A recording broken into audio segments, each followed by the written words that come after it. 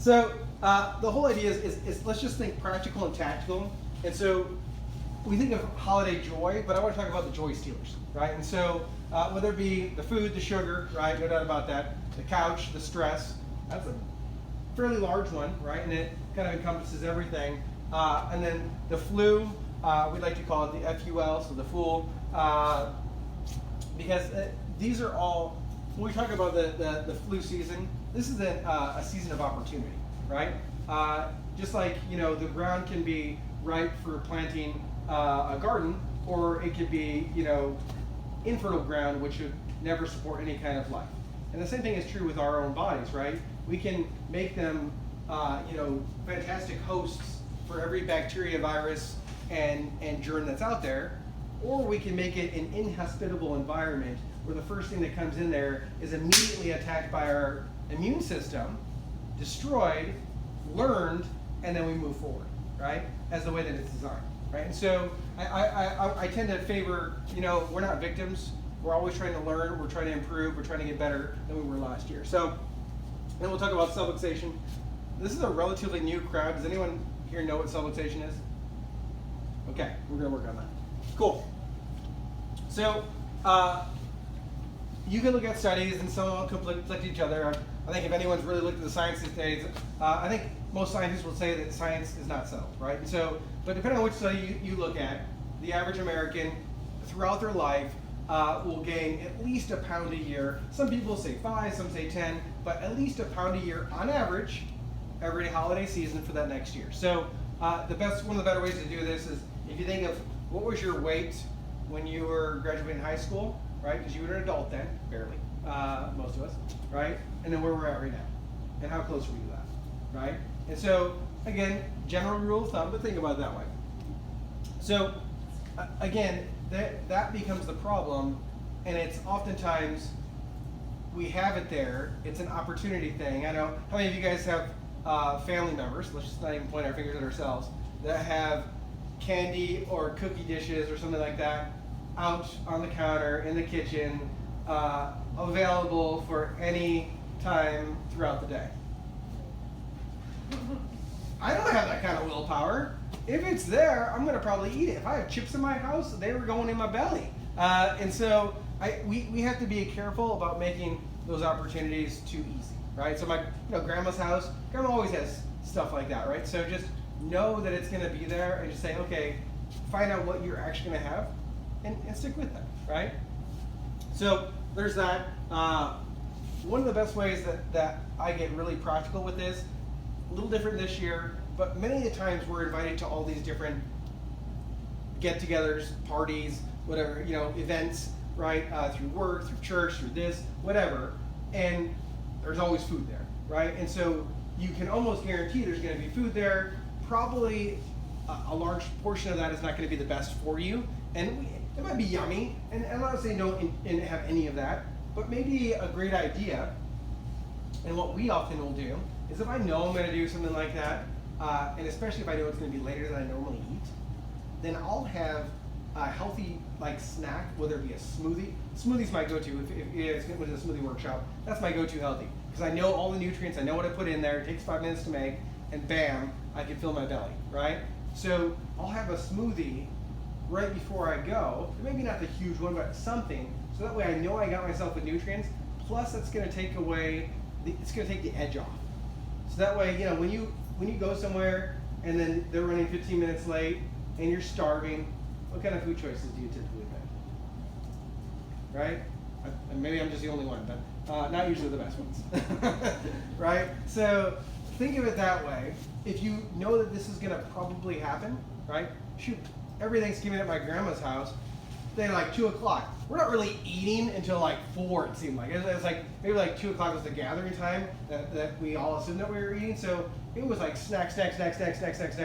Finally have the meal. And so I want you guys to think about those type of things. So in general, maybe you love grandma's pecan pie. Maybe you love this, right? I'm not saying exclude it altogether, but sort it out. So that way it's not the big plate full of yuck, right? And so have your still, think about it. Oh, I love turkey. Great. So I'm going to have some of the turkey. I'm going to have green beans. Maybe I have a big thing of salad, right? And then I'm going to have smaller dishes, right? And plate size does matter, right? Plate size does matter. And so think about it, like if you have that big old plate, you're gonna want to try to fill it up, right? So maybe start with something a little bit smaller, and then as you eat it slower and you're having, enjoying the environment and that conversation, then you're not gonna be just eating because it's on there, right? So again, we always talk about the food by God versus food by man, right? And so we all know apple good, donut bad, but sometimes we forget that at these gatherings, right? At mealtime. So buffet, again, weird time right now. But how many people were? I used to go to buffets all the time. Anyone here buffet lover? No one? Only one. Jeez. So yeah, again, I come from a penny pinching family, and so buffets was always a all you can possibly eat buffet, right? And so you're gonna get your every cent worth when you went to the buffet, and so you're overloading up until you're kind of busting out that and undoing that top button, right? You guys know what I'm talking about. All right, now everyone has the stretchy pants, but you guys know what I meant from before, right? Yoga pants is what everyone wears now. So, sugar. It's in everything. I'm not going to get into it today, but from your sauces to basically everything has added sugar in it. It's for flavor. Unless you're absolutely making everything from scratch yourself, probably has sugar in it. This is an immune system tanker. This is a mood tanker as well. So you have that sweet thing, might be feeling high, but you know what's going to happen soon, right? And so, unfortunately, this is a really bad time of year for depression, right? Maybe you don't have the family around. Maybe your family is not a happy, positive thing for you, right? And so that sugar rush and then come down on that, it's going to add to that sadness. And so I would just, again, caution when it comes to the excess sugar right now. Because we know what happens, and right now, we're gonna get into this with some questions and after this, but everyone has a weakened immune system. Anyone, if you've been going along with the country, the narrative lately, you've been social distancing, you've been washing your hands, you've been putting so much stuff all over, antimicrobial stuff on your body, that your immune system has not had a chance to develop and grow and thrive, right? So it's kind of like me going to the gym and not actually lifting up a weight, right? I'm not going to get big muscles. Well, your immune system works very similarly, right? And so if we've all done everything we can to make ourselves separate from everybody else, we haven't been challenged. And if you haven't been challenged, it's not going to grow, right? That's how our immune system, that's how our character, it's how our muscles, it's how they all grow. It's through challenge, right? And so because of that, we're going to see we have a nation of very wimpy immune system, and then we add sugar on top of that. Sugar is an immune system depressant, right? You do that, and this is not supposed to be a depressing talk, but my people that I get to take care of, I want the best for them, and so if we could just, let's show them that we can stay healthy, right? And so by taking control of our own health, right, and not waiting and not relying on someone else, right? If we can reduce it a little bit this year and start making a habit of the reduction of sugar in our diet, right? Our immune system can work better, so that way we're better able to defend ourselves of whether it be the flu season, the cold season, the virus season, whatever, right? That's floating among us. Cool. Most of us are dehydrated. I mean, it was 90 degrees out today. It was beautiful though, right? But from the sweat that we're doing, right? The moisture coming from our skin, me talking right now, all of that, I'm losing moisture, right? Most of us are not getting enough water, period. Maybe you were all the exception, right? But I would say up it to close to your body weight in ounces of water. So think about that. I'm 150, right? 150 ounces of water. What is this? This is probably 8 to 10 ounces, so I would need like 15 of these a day. Not that hard, right? Usually I do mine at home at 32 ounces, and I'll have 2 of those before I even leave for work in the morning. And so that way you're staying fully hydrated. That allows your body's, all the hormones, all the immune cells to fully work inside your body, right? We need water.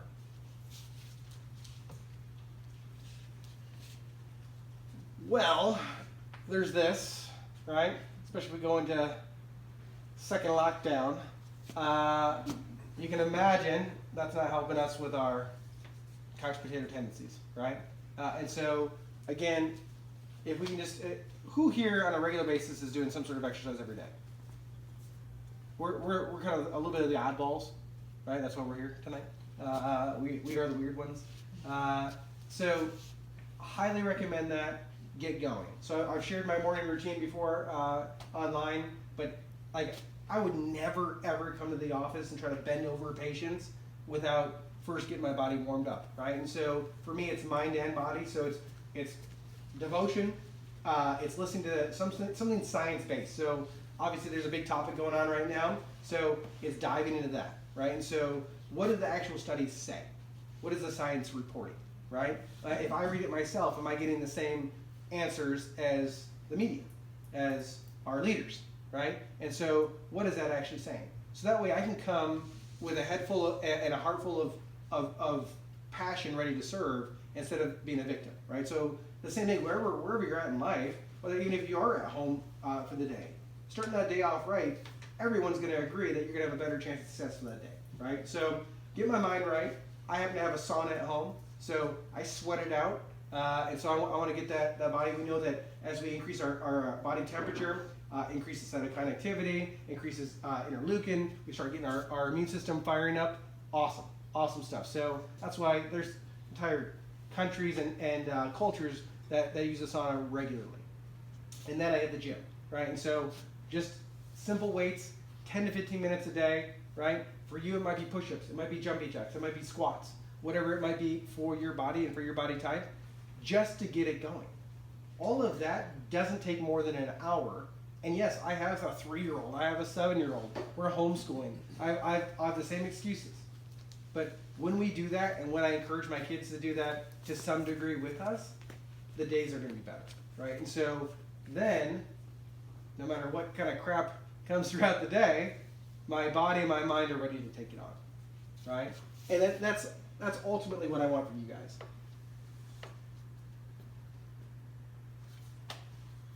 This is a sad one, right? And so we don't need a show of hands here, but this was a slide from a couple years ago, and 400% increase in antidepressant use in the last 20 years, right? And so you can imagine what this year has done to people's mental state, right? And nowhere is that pill going to fix that, right? No way, right? We're separated. We're not supposed to be hugging, right? That's insane. I try to grab my kids and a good 20-second, I make them count to 20-second hugs. It's huge. It's huge. Just watch them squirm. But a 20-second hug, right? A little heart-to-heart action. We used to do that before. Now we can't, apparently. But a 20-second hug, super important. Get those hormones releasing.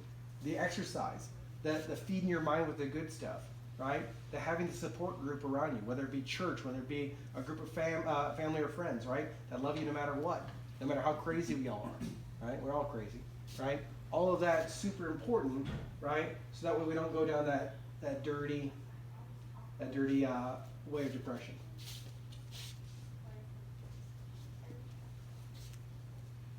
And if you're like my wife, maybe like myself, like my mom, I'm picking on the ladies oftentimes right now, but it's like, oh, I'll get that, or I'll do that, or I could do that for you, or I could do that, right?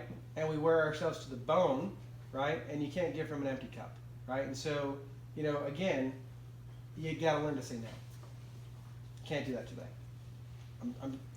Perhaps next year, I'm not gonna be doing that today, right? This is a time where if Thanksgiving is coming up and you're gonna get together with some family, and maybe it's at your house, and you're like, oh, there's just so much to do. Don't be afraid to ask for help, right? So, and don't be afraid to walk right after you eat. The dishes, they'll still be there when you get back, right? All that stuff, that's one of the best new habits that you can do if you aren't doing it already. When you get done with your meal, take a family walk. bundle up if it's chilly next week, but whatever it is, get moving after you eat. Because what do we mostly do? Right, we go into that food coma. Yeah, give me another of those pies. Yeah. And then the TV's on, food coma, right?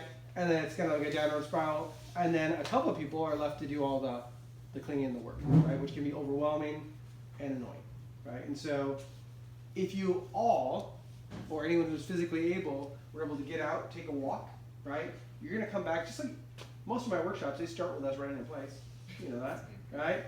And so the brain's gonna be firing, the body's gonna be working a little bit better. You're gonna have, great, now we can come back, take some action, clean it all up, and then maybe everyone take a little rest, right? But that way it's all done, and it's not all on one person's hands or two people's hands or something like that, right? You follow me on this? It's a different way of thinking, but again, we've done this before for many, many years, right?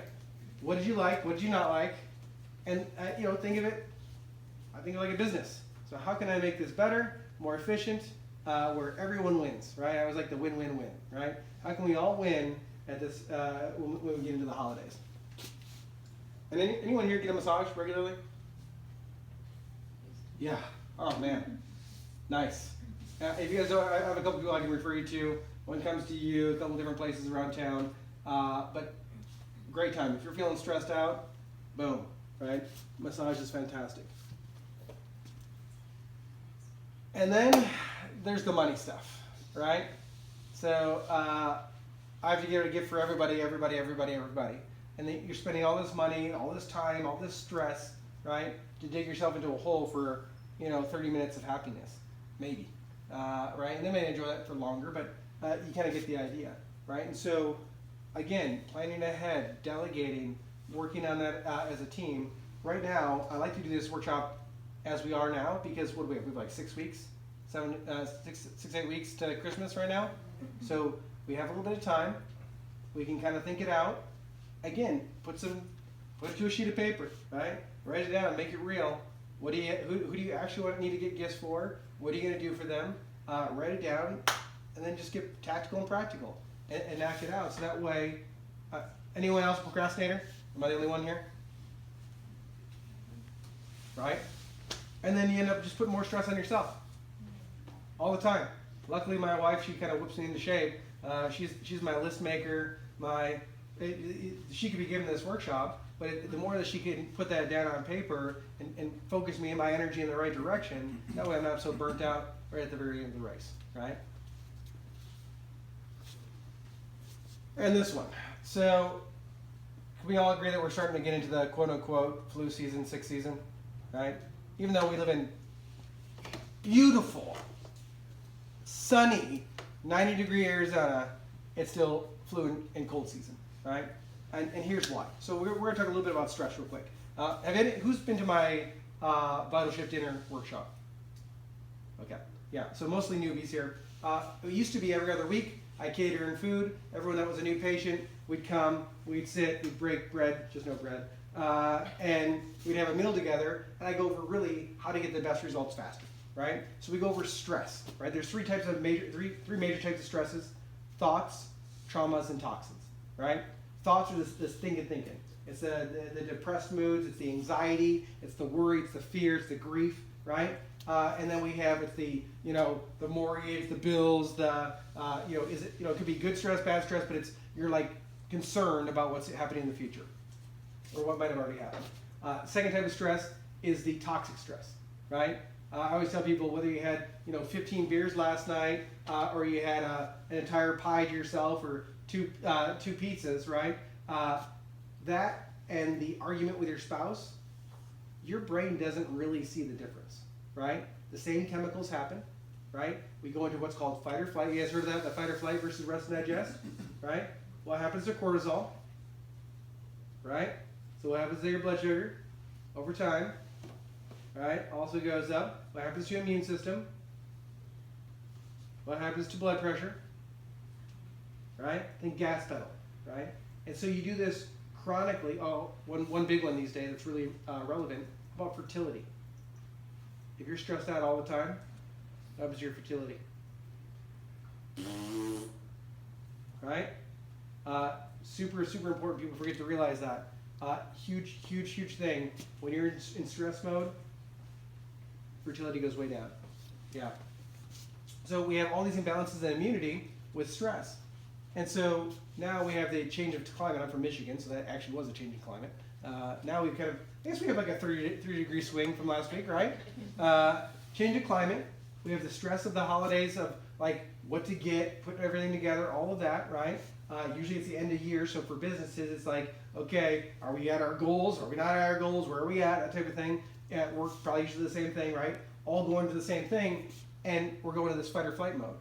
You add onto that trauma, right? And I'm not talking about hit by a truck, but that could be part of it, right? But it could be the old injuries that pop up and flare up, right? It could be, you know, your bad posture at work. Now everyone's working from home doing this, right? You can imagine that's not great. All of these, your brain doesn't care where the stress came from, physical, chemical, or emotional. We go into that fight or flight mode. When we're in fight or flight, all of that bad stuff happens. So now, you know, now when you get home, no matter what your spouse says to you, it's like, ah, right? And you like bite their head off because, right, you're on that last nerve. You're already in fight or flight mode, right? And so this is where we become more susceptible to everything out there, right? It's not like the flu doesn't exist in the summer. Of course it does. It's not like coronavirus didn't happen in July. Of course it did, right? So all these viruses, they're seasonal because we're seasonal with how we are dealing with our life. In fact, that's why we have our southern hemisphere brothers, right? Australia, South Africa and such, right? They have the opposite flu season. Same thing, right? It's how they're dealing with those changes and stressors. So, by the way, last year I had the paperwork. I can pull it out for anyone that wants it. Any guesses on what the efficacy of the average flu vaccine is? Come on, throw out some numbers. 40%? She's like almost right on money. So definitely varies between age, right? Age range and even year to year, right? 10 to 60%. 10 to 60%, right? And so I had a breakdown. I let everyone see it last time. This is coming from the CDC, by the way. This is not my own thing. So let's just say if I was 10 to 60% effective, most of y'all wouldn't even be here. I don't think I would be in a business any longer, right? It just wouldn't happen, right? If your car was 60% effective, right? Would you be buying another GM or a Ford or whatever it was? No, right? I mean that's insane, right? So we can't rely on something that maybe at best maybe will reduce the symptoms, and we can have another discussion on the new vaccine that's coming out. But with every one of those benefits, there's always effects, and we have to be aware that those are coming down the pipeline as well. So let's have some happy notes. Our body is super intelligent. God doesn't create junk, right? All this stuff, this breathing that you're doing right now, the heart pumping, the immune system working, digestion that's happening right now, all of that's happening subconsciously. It's amazing. It's amazing. We only think about it when it's malfunctioning, right? That's when we typically want to take care of it.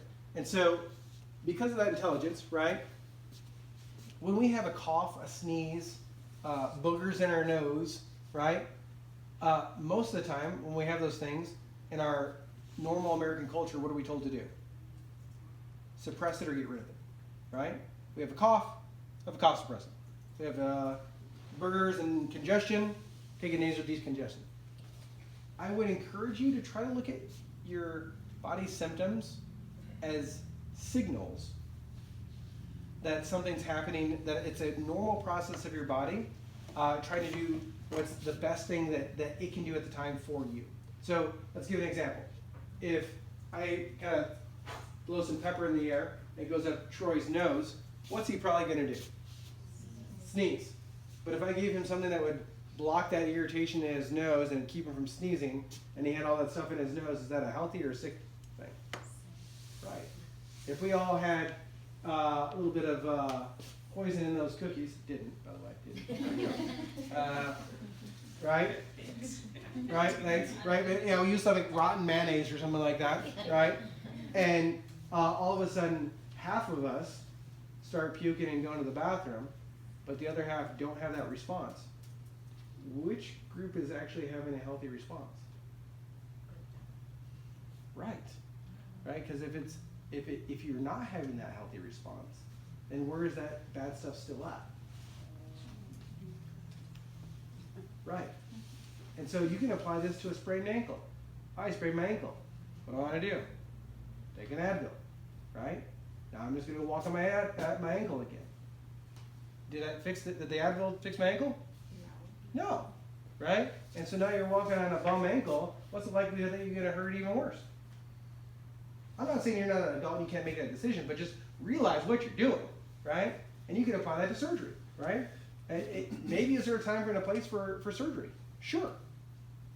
And when you have surgery, especially spinal surgery, right, you fuse two together, the ones above and below take up on all the extra load, right? So unless you keep and get those things working properly, all you did at best was put a little Band-Aid on there, and now these ones are going to wear out faster and have another bigger problem down the road.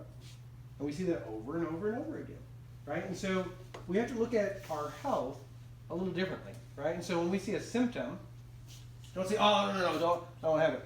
Maybe they're uncomfortable, and right now you might even get some funky stares. Anyone cough in public yet? Yeah. Get the evil eye? What are you doing? Right? We need to get that stuff out of there, right? And so if you suppress it, it's in there. Potentially, it's making things worse. Fever, same thing, right? Those are the parents in the room, right? Our culture tells us, oh, you got a fever? Oh, man, our culture. Right now, dum-dums are telling us, let's put a friggin' gun to your head that's measuring temperature, and we're going to measure your temperature, and if it's slightly off, then you're evil and sick and don't come to work, bad. Again, is our body stupid or smart? And if we have a fever, what is our body trying to do? Right? So bacteria die off at a much lower temperature than we would, same with most viruses, right? And so when we have this fever, it's the best thing to do. That's why the sauna thing works so well, right? And so raising that body's temperature, that workout where you're sweating a little bit, right? That's a good thing. That's a good thing. So the temperature, if you can, let it go. I'm not saying leave that person alone. Watch. Make sure that they're getting enough hydration, they have enough nutrients, but let their smart body try to fight it themselves. Right? Again, is their body smart or stupid? Smart. Right? I know we've been just conditioned to be so fearful right now. And that's what's sad and scary. Because we're amazing human beings, we're amazing creatures that have this awesome body that can really try to heal itself if you give it what it needs. And so just give it what it needs, right? Go back to the basics. So, subluxation. We talked about chemical stressors, we talked about stinking thinking, but what about the mechanical stressors, right? And so, let me grab my slide here real quick.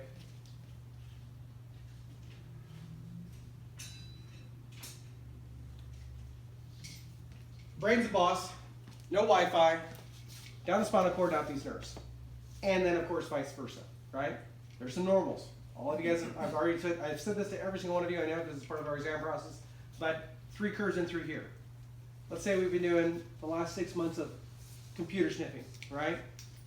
Maybe not in the best posture, head starts going forward, biomechanically there's tension here, but neurologically, it's kind of like a T-Mobile cell phone, right? Where you're dropping calls, not very good communication, right? You guys know what I'm talking about, especially today, it's ridiculous.